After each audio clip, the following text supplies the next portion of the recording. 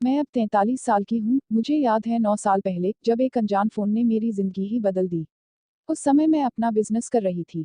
मेरे पति और मेरी लव मैरिज थी। कुछ समय तक हम दोनों की खूब बनी, लेकिन कुछ समय बाद ही जैसे हमारी गृहस्थी को किसी की नज़र लग गई। मेरे पति अपने काम में बहुत व्यस्त रहने लगे। वो सुबह 10 बजे चले जाते और रात 11 बजे वापस आते। मेरे लिए जैसे उनके पास कोई समय ही नहीं था। दिन निकलते रहे और हम दोनों के बीच लड़ाई झगड़े भी बढ़ने लगे।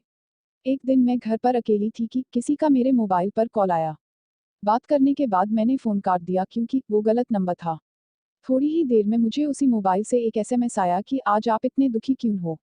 मैं उसे नहीं जानती थी, बल्कि वो नंबर मैंने पहली बार देखा था। मेरी उत्सुकता बढ़ी कि इस इंसान को मेरे बारे में कैसे पता लगा। जानने लिए मैंने उसे वापस फ़ोन किया और पूछा कि तुम कौन हो। उसके अपना नाम रवि बताया। मेरे पूछने पर कौन रवि। फिर उसका कहना कि उससे गलत नंबर डायल हो गया था, लेकिन तुम्हारी आवाज़ सुन के ऐसा लगा जैसे तुम दिल ही दिल में बहुत परेशान हो। मैं कुछ समझ नहीं और पाई और उस रवि ने सॉरी कहा और फ़ोन और काट दिया। पहली बार मुझ अबला नारी में अब एक उत्सुकता होने लगी कि इस रवि से मैंने बस थोड़ी देर ही बात की और इस रवि को मेरे बारे में कि मैं दुखी हूँ कैसे पता लगा। अब मेरी उत्सुकता बढ़ने लगी और मैंने उसे एसएमएस कर दिया। उसका जवाब आया और उस पूरे दिन हम लोग एक दूसरे को एसएमएस ही करते रहे और एक दूसरे के बारे में जानने लगे। रवि मेरी ही उम्र का था, कुंवारा था, किसी प्राइवेट कंपनी में काम कर रहा था और हम दोनों एक ही शहर के थे। हम दोनों ने अब फ़ोन पर बात करनी शुरू की। पहली बार मुझे ऐसा लगा जैसे कोई तो है जो मुझे समझ सकता है, जिससे मैं ना मिली ना देखा और उसने बिना देखे जाने पहचाने मेरे बारे में सब कुछ जान लिया। मेरी उत्सुकता उससे मिलने की होने लगी। देखने में रवि बुरा नहीं था।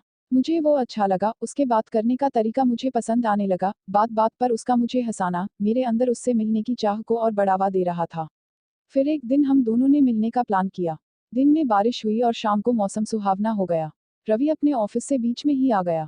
उसे देखते ही मेरे अंदर एक गुदगुदी सी होने लगी, उसकी आंखों में एक चमक थी। प्लान के मुताबिक मैंने उसे अपनी गाड़ी में लिया। वो मेरे पास बैठा, मुझे शर्म आ रही थी और उसका हाथ मेरे कंधे पर था। मेरे अंदर एक बिजली सी कौंध गई, शायद ये एक आगाज था उस इंसान का जो दिल में हो। पहली बार मुझे ऐसा लगा जैसे वो मुझे अंदर से पागल कर रहा है। फिर हम दोनों एक पब में गए, दोनों ने ड्रिंक किया और अब मैं उसके साथ समय बिताना चाहती थी। उसने गाड़ी ली और अपने घर की ओर चल पड़ा। हम दोनों को थोड़ा सा शराब का सरूर था। हम उसके घर पहुंचे और उसने अंदर आने को कहा। मैंने मना किया कि आज नहीं, किसी और दिन।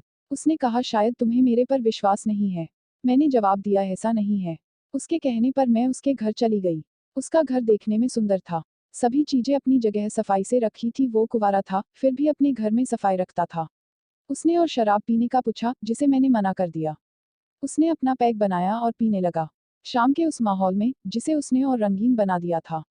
कोने में हल्की लाइट जली हुई, लाइट म्यूजिक ने माहौल और रंगीन बना दिया। मुझसे रुका नहीं जा रहा था और अब मैंने भी रवि के सामने नाचना, डांस करना शुरू कर दिया। अपनी जिंदगी में पहली बार मुझे ऐसा एहसास हुआ कि मैं आज बहुत खुश हूँ।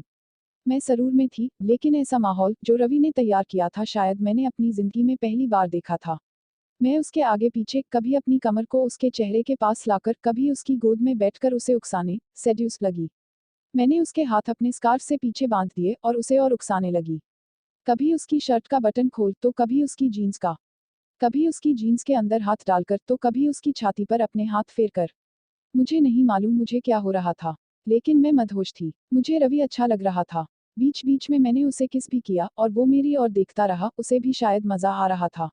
20-25 मिनट्स कामुकी नाच, सेड्यूसिंग डांस करने के बाद मैंने रवि के हाथ खोल दिए। उसने मुझे अपनी बाहों में जकड़ लिया और किस करने लगा। मैं अपने आप को नहीं रोक पाई और हम एक दूसरे को कस के पका कर किस करने लगे। उसने मुझे अब नहीं अपनी गोद में उठा लिया और अपने कमरे में ले आया। किस करते उसने मुझे अपने बिस्तर पर लिटाया और मेरे ऊपर आके किस करने लगा। पहली बार मुझे अपनी जिंदगी में इतना मजा आया। हम दोनों कब जाने एक दूसरे में इतने मग्न हो गए कि पता ही नहीं चला। उस रवि के साथ अब मेरे शारीरिक संबंध, फिजिकल रिलेशंस हो चुके थे। थोड़ी देर में जब मुझे होश आया तो मैं रोने लगी। उसने पूछा क्यों रो रही हो। मेरे कहने पर कि आखिर आज मैंने अपने पति को धोखा दे ही दिया। उसने कहा लेकिन मैंने कोई जबरदस्ती नहीं की थी, वो हम दोनों की चाह थी तभी हुआ। मैंने अपने आप को संभाला और अपनी कार से वापस आ गई। मैं रात भर नहीं सो पाई और सोचती रही कि क्या मैंने कुछ गलत किया है, क्या मैंने अपने पति धोखा दिया है। सुबह हुई, मैंने एक एसएमएस रवि को किया और पूछा कि रात को उसने मेरे अंदर तो स्रावित डिस्चार्ज नहीं किया, क्योंकि नशे में उसने कॉन्डोम, गर्भ निरोधक नहीं लगाया था। उसने कहा नहीं, उसने योनि के बाहर ही स्रावित किया था। मुझे शांति पड़ी, और अब मुझे अपने से घृणा होने लगी। मैंने सब कुछ भुलाने की कोशिश की, जिसमें मुझे करीब 1 महीना लगा। इस बीच रवि के भी फोन आए, लेकिन मैंने उससे बात नहीं की। शायद वो भी समझ गया था। मुझ अबला नारी से एक जो पाप हो चुका था, मैं उसका प्रायश्चित करना चाहती थी।